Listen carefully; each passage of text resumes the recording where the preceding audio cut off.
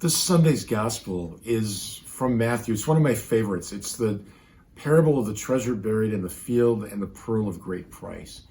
And in both of them, an individual discovers something of such great value that they are willing to give away everything they have in order to possess it. So this man discovers this buried treasure in the field. He uses everything that he has to purchase the field so that he can gain the treasure. This merchant discovers the finest pearl in the world, gives away everything in order to obtain the pearl of great price.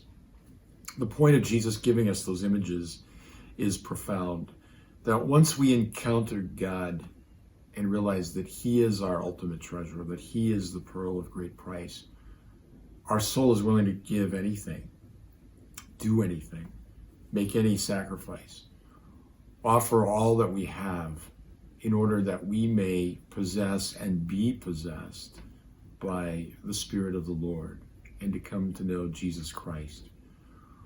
When we fall in love with God, we stop measuring what we give. We just give all that we have because we realize the enormity of the generosity with which He has bestowed upon us, the promise of the kingdom of heaven. Think about that. In baptism, we become citizens of the kingdom of heaven with this eternal destiny, this pearl of great price that is offered to us.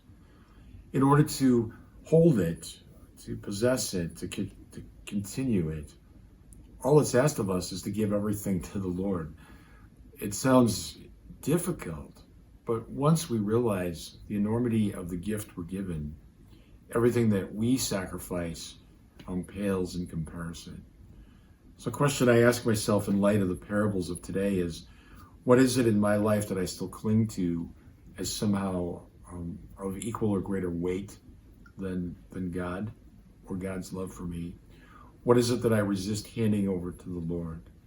What is it that I want to cling to for myself as some sort of security?